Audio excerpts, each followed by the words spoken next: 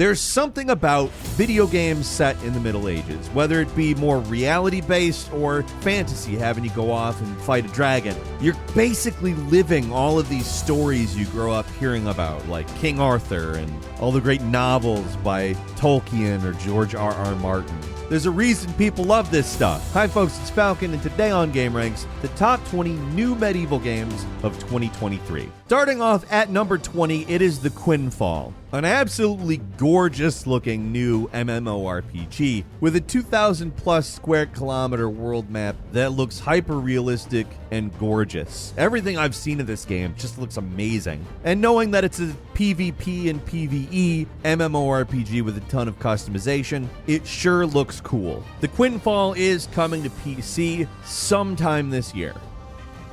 At number 19 is The Lords of the Fallen, a dark fantasy action RPG that is actually a sequel to the 2014 game of the same name. Now, the original was a Souls-like, and so will this. I mean, it's probably not a drastic departure. However, visually, it looks pretty different, at least as far as I can remember. The original was pretty well received, but sometimes was criticized as maybe a little bit easy for a Souls-like. It's been a really long time since I've played it, so I can't really remember if that's true or not, but I do remember it fondly. And just off that, I'm pretty excited to play a new Lords of the Fallen. It looks way cooler this time around, in my opinion. We do not have an exact date, but it is going to be a next-gen title launching on the PS5, the Xbox Series, and PC sometime this year. At number 18 is The Lord of the Rings Gollum. This is one of those games where if you haven't been paying attention, it might really sneak up on you. It feels like it's been in development hell forever, but it was actually only announced in 2021. It's a game where you have to play as Gollum, obviously. It mixes action-adventure and stealth to some extent, exactly what we don't know because obviously we've not played it. And there really isn't a whole lot of footage out there. It doesn't look like there's combat, but I don't know. But if it ends up being third-person, combatless, Gollum Dishonored, honestly, I'm there for it. We do not have an exact date, but it's slated for the PlayStations, the Xboxes, PC, and actually, yes, Nintendo Switch sometime this year. At number 17 is the Senua Saga Hellblade 2, the follow-up to what is just a fantastic game. This is also a game that they've been using to kind of show us what Unreal Engine 5 looks like. Holy hell. The graphics on this one are just blowing my mind, but also I'm just really excited for the story to continue. The original game, sometimes a little bit simple, but is really effective at telling a great narrative, and it's a lot of fun. For anybody who doesn't remember, this is a game about somebody with schizophrenia fighting their way. My one hope is that they can take what is a really good basis for combat and give us a little bit more varied of an experience in the combat, because it's super fun, but man, they did not give us a lot in terms of different enemies, different experiences. By the end of it, felt like every fight was pretty similar, despite the fact that the basis of the combat system is actually really enjoyable. That's my one gripe. If they fix that, this is going to be a fantastic sequel. Senua Saga Hellblade 2 is going to land on the Xbox Series and the PC sometime this year. At number 16 is Wolong Fallen Dynasty. It's sort of medieval. It takes place in a kind of fantastical ancient China. It's got swords, spears, horses, warriors. So yeah, it is yet another Souls-like game, but it's from who we would consider the second best developer at it. Obviously, you're not going to beat From Software at their own game, but these guys made Neo and Neo 2, which are easily the best non-From Souls-likes. This game gives you tons more flexibility in movement, combat styles. It introduces more magic spells. Plus, that kind of a give and take mechanic like from Sekiro. You're making your way through linear areas, you're exploring, grinding souls, and killing bosses. What did you expect, honestly? And straight up, it's pretty awesome. At number 15 is Night Crows. Frankly, a pretty out of nowhere MMORPG coming from WeMade, and they're boasting 1,000-player PvP. If they can deliver a 1,000-player PvP MMORPG, I mean, they win just on that alone. We'll see. We don't have a release date. It's supposedly coming this year to PC, though, and perhaps other platforms. We'll see. At number 14 is Project the Perceiver, an action RPG. This is a game that looks like a Dark Souls game at first, and then you start seeing just completely different things. Like there's this mask system that allows you to essentially take on the form of any enemy you've defeated. There's some acrobatic stuff that you definitely wouldn't see in Dark Souls. There's some aspects of, there's a bunch of gameplay that's been released of this, and there's stuff that reminds me of Shadow of Mordor in the combat. I don't know. There's a lot that this could be, and the fact that they released so much gameplay up front, like they just threw 40 minutes of how this game works at people for them to scrutinize. It shows a lot of confidence, and it looks like a great project. Project The Perceiver is coming sometime this year. At number 13, another project, Project Awakening, something that looks a little bit different from the previous, however. Basically, the developer Cygames is targeting something between Monster Hunter and Dragon's Dogma as an action RPG. Big ol' open world. It kind of looks like the era of the Monster Hunter genre has officially began. And details are a little sparse on Project Awakening, but it's a PlayStation exclusive, and it's targeted to hit sometime this year. Was originally announced for PlayStation 4 and PC. I think we'll probably see it on PlayStation 5, maybe on PlayStation 4. I don't know. We'll see, though.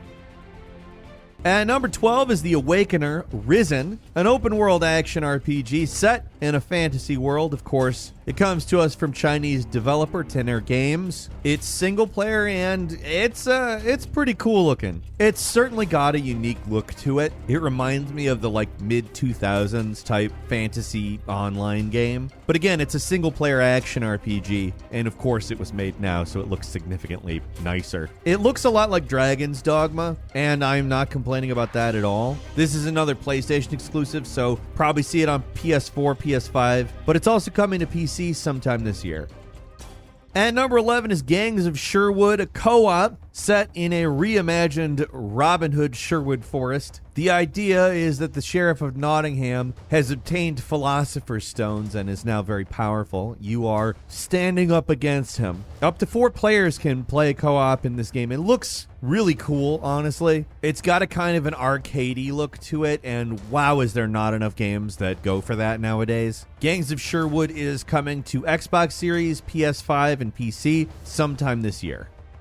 And number 10 is Blight Survival, another 4-player co-op. This one's a roguelite, though, so in terms of the arcade elements we were talking about on the last one, this is a decidedly slower-looking game, set during a plague, like it's a medieval zombie game. Looks kind of like medieval Resident Evil 4. Don't know if that's how it's going to play out, but the sword action that we've seen is very cool looking. This one's on PC only and doesn't have a set date, but we'll see it sometime this year.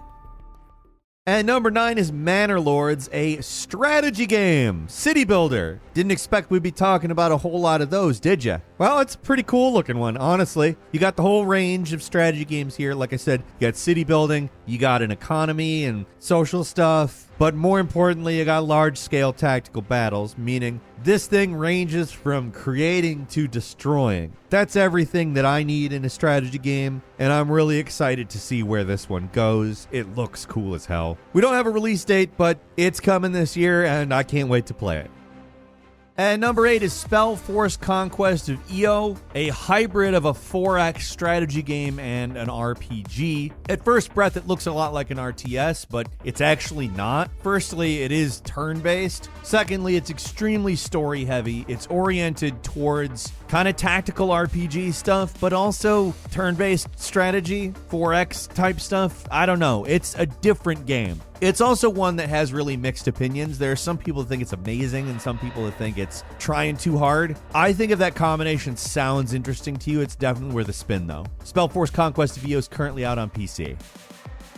And number 7 is Undead Citadel, a VR hack-and-slash horde zombie game. To be frank, this is the type of thing that, if you're not interested in VR, will make you interested in VR, because this is exactly what I want out of VR. Physics-based, weapon, hack and slash. Sword, shield, bow and arrow, zombies. Just looks fantastic, and I am so ready to get in on this. We don't have a specific date for it, but obviously it's coming to VR platforms, including Oculus, Vive, and the new PlayStation VR. Wow, I can't wait.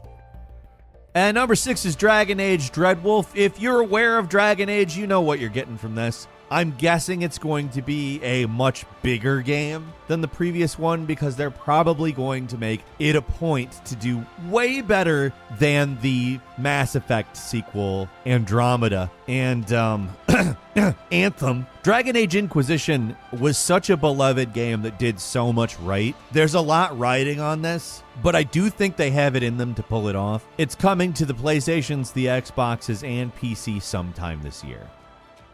At number 5 is Crimson Desert, coming to us from the developers of Black Desert Online, Pearl Abyss. It is using the engine that they developed for Black Desert Online. However, it is not going to be a prequel to that story as originally intended. It ended up being something that they consider different enough from Black Desert Online that it's worth just making into its own thing. Crimson Desert looks pretty cool, too. That's going to be landing on the PlayStations, the Xboxes, and PC sometime this year.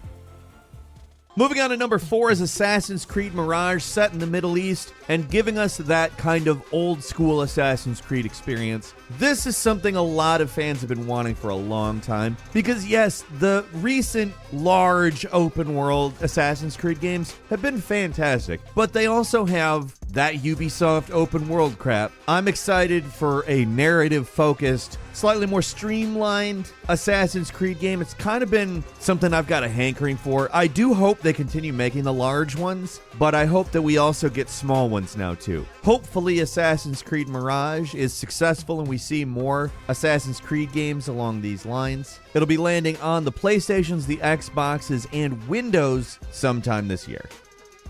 At number 3, The Witcher Remake. Gonna just say right off, we don't know a lot about this. We do know that it's a full Unreal Engine 5 open world remake of the original Witcher game. No idea if that means they're bringing back the voice cast. No idea exactly how big it's going to be, but we do know that the original Witcher is a kind of a weird, janky game that has a ton of charm, and it's most likely going to turn into a game that's like The Witcher 3, but with The Witcher's story. I'm really looking forward to it. They haven't said what consoles it's coming to, but I would assume at least PS5 and Xbox Series, maybe last gen, not sure yet. Definitely PC. And apparently it might come out this year, but we aren't 100% sure. That said, we really are excited for it and wanted to talk about it. And number 2 is the Gothic Remake, which is being billed as a faithful, full remake of the original Gothic, which to call a revolutionary game would really be an understatement. And now it's gonna look incredible. Everything we've seen of this remake just really looks cool. The environments look very pretty. Characters don't look like, 2001 jank. And the combat has apparently been updated to some extent too. I don't know. I'm really excited because this is one of those games that I don't really enjoy going back to despite enjoying it when it came out. It's just such an old game that's so full of jank, it can be frustrating at times. That said, it was revolutionary and it caused so much to happen in the gaming world. I'm just really excited to see it sort of be given the treatment it deserves. It's coming out sometime this year on PS5, Xbox Series, and PC. Finally, at number 1, befitting its name, it's Final Fantasy 16. That's a whole lot of Final Fantasies, isn't it? Now, I don't know exactly what this game is going to look like in terms of combat. I really hope they integrate a lot of the stuff they came up with for Final Fantasy VII Remake, because I enjoy both Final Fantasy VII Remake and Final Fantasy 15's combat a lot. Like, I think if they go for somewhere between those two things, they've got like the perfect modern Final Fantasy combat going forward. Got a completely new setting. It's a crystal-oriented story from the looks of it. There's very likely to be war and intrigue over the crystals and who can use what powers. Final Fantasy is just always an epic, massive, ridiculous story, and I cannot wait to dive into a new one. Final Fantasy 16 is landing only on the PS5 at first on June 22nd. Elden Ring Erd Tree DLC, properly named Shadow of the Erd Tree. Really, we don't know a lot about this right now. There's a whole lot of speculation. Obviously, it was just announced very recently. But obviously, of course, I want more Elden Ring. They're slating it as an expansion, so I would guess that it would be longer than like one of those single mission DLC type things. Maybe even like a mini sequel. That's what my fingers are crossed for. I'm excited. Obviously, it's probably going to come to every platform that Elden Ring is on, and it's supposedly coming this year. Stormright, an open world game in which you're tasked with becoming an expert assassin capable of waging war via the dark arts. Apparently, the realm of Redreach is under threat by the return of Requiem, which is a being feared across the land, according to marketing materials. It looks good. I love what this game looks like. The magic stuff looks really, really cool. In terms of consoles, it's an Xbox exclusive, but it's also coming to PC sometime this year. And that's all for today. Leave us a comment. Let us know what you think. If you like this video, click like. If you're not subscribed, now's a great time to do so. We upload brand new videos every day of the week. Best way to see them first is, of course, a subscription, so click subscribe. Don't forget to enable all notifications, and as always, we thank you very much for watching this video. I'm Falcon. You can follow me on Twitter @FalconTheHero, and we'll see you next time right here on gameranx.